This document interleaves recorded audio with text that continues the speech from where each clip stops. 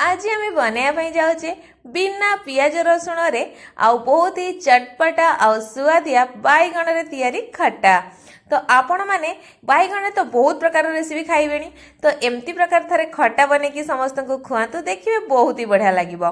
तो तापाई एटी दुईटा बैगण को मु कौन करछि ना भल भाबरे धोईकी ताकू एमती बड़ बड़ खंड करके काटी नहीं बिल्कुल भी छोट छोट करके काटबेनी एमती बड़ बड़ खंड करेंगे आउ टिके मोटा रखिकी ही काटबे कहीं खट्टा हो ना यहाँ टिके जल्दी नरम हो जाए तो यहाँ घांटी हो तो से सब टिके बड़ बड़ साइज ही खंड करके आ मोटा मोटा करके नेबे। तो एबे से आम देदेबा कौन ना आधा चामच करके हलदीर गुंड ता सहित आधा चामच आम देदेबा काश्मीरी लंका गुंड आउ बैगण को देखिकी से स्वाद अनुसार लुण को देदेबा आउ सारा पर ए गुंड मसला को भल भाव हल्का हाथ में या ऊपर घसी घसिकी टिके लगे नवा जेमती कि गुंड मसला और लुण गुड़ाक ए बैगण रे भल भाव लगिबा संगे तार माने फ्लेवरटा भी ता देहरे आसीजिवो। तो एठी आपण माने देखि पड़थुवे मु सब बैगण को भल भाव माने घसी घसिकी हाथ में लगे नहीं एबे याकू आमे साइड कर नबा। आउ एठी देखो तेंतुली मु किछि नेइछि जोडा कि गरम पानी रे मु 10 मिनिट हबो आगुरु पक्के की रखिथिली। तो ताकू एमती भल भाबरे आमे चकुडी नेला परे तार जो मंजीटा थाए ना ताकू बाहर कर नबा आउ ए मंजी को आपण माने बासन मजारे व्यवहार करि परिबे। एबे आमे जो तेंतुली रो रस रखिथिले ना सेथरे दे देबा अल्प टिके हळदी गुंड आधा चामच करके देदेबा से काश्मीरी लंका गुंड जोटा कि खट्टारे बहुत ही बढ़िया कलर आसीबो आउ सेथरे अल्प टिके देदेबा लुण बास ए सब को पकई सारा पर एबे आमे भल भाबरे कौन करिबा ना ए गुंड मसला को तेंतुली रस रे भल भाबरे आमे गोळेई नबा। तो एबे एटा हमर भल भाबरे मिक्स हो जाइछि। तापरे खट्टा पाई मु एठी कौन करछि ना रखिछि खंडे अदा को एठी मु माने ग्रेटर साहाय्य रे कोरिकी रखिछि। आपण चाहिले एठी अदा को छेचिकी देई परिबे किंतु एमती कोरिकी देले कोन होबो ना खट्टा रे जणा पड़िबोनी आउ खाइबा पाई बहुत ही भल लागिबो। तो चलंतु ता पाई किछि मसला बे बनै नबा खट्टा पाई। तो कड़े को माने बसई नबा आउ पूरा ताको कम आंच रे कर दबा। तापरे हमें दे देबा गोटे सुखिला लंका गोटे चामच दे देबा पान मधुरी आउ गोटे चामच दे देबा गोटा जीरा आउ आधा चामच दे देबा मेथी ए सब को कम आंच रे कंटिन्यू आपण एमती भाजी नेबे जेमती कि मसलाटा हल्का उषुम हो बेसी भाजिया दरकार ना ना पोड़ी गले ता फ्लेवरटा बिल्कुल भी भल आसबनी। तो एबे आमे याकू भल भाव में ठंडा हवा पाई छाड़ी दबा।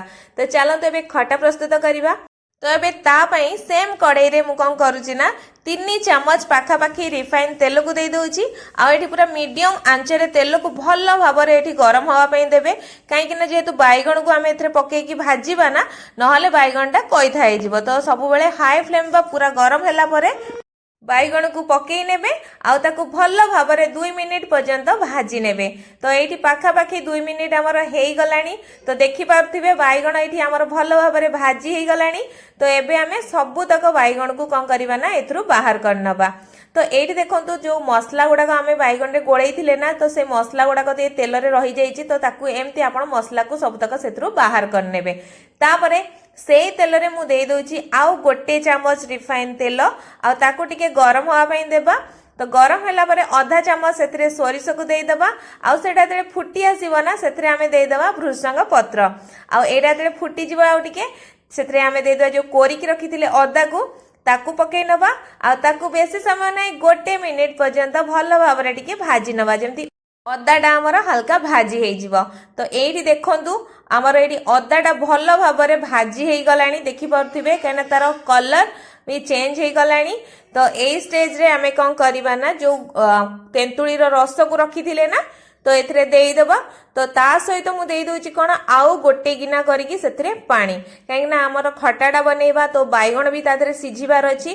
तो एबे आमे कोन करिबा ना याकू पूरा हाई फ्लेम कर दबा आउ भल भाव रे टिके फुटिया पई याकू छाड़ दबा। तो फुटी गला परे मु सेथरे देई दोची पाखापाखी 2 बड़ चामच करिकी चीनी आपण माने चाहिले चीनी बदल रे गुड़ मध्य देई परिबे। तो याकू टिके भल भाव रे गोळेई नबा आउ याकू भल भाव रे टिके फुटिया पई आमे छाड़ी दबा। तो एटा एबे देखंतु भल भाव रे एबे फुटी गलानी तो यही स्टेज रे आमे कौन करवा ना तो बैगण जो रखी थिले ना ये बैगण को पकई नबा आ याकू पाखा पाखी 2 रु 3 मिनिट पर्यंत फुटई नबा ये बैगण सहित कहीं ना जो तेंतुली रस देइथिले ना तार फ्लेवरटा जेमती बैगण भितर टिके आसी जिवो। तो ये पाखापाखि 3 रु 4 मिनिट हो गलानी फुटिबार।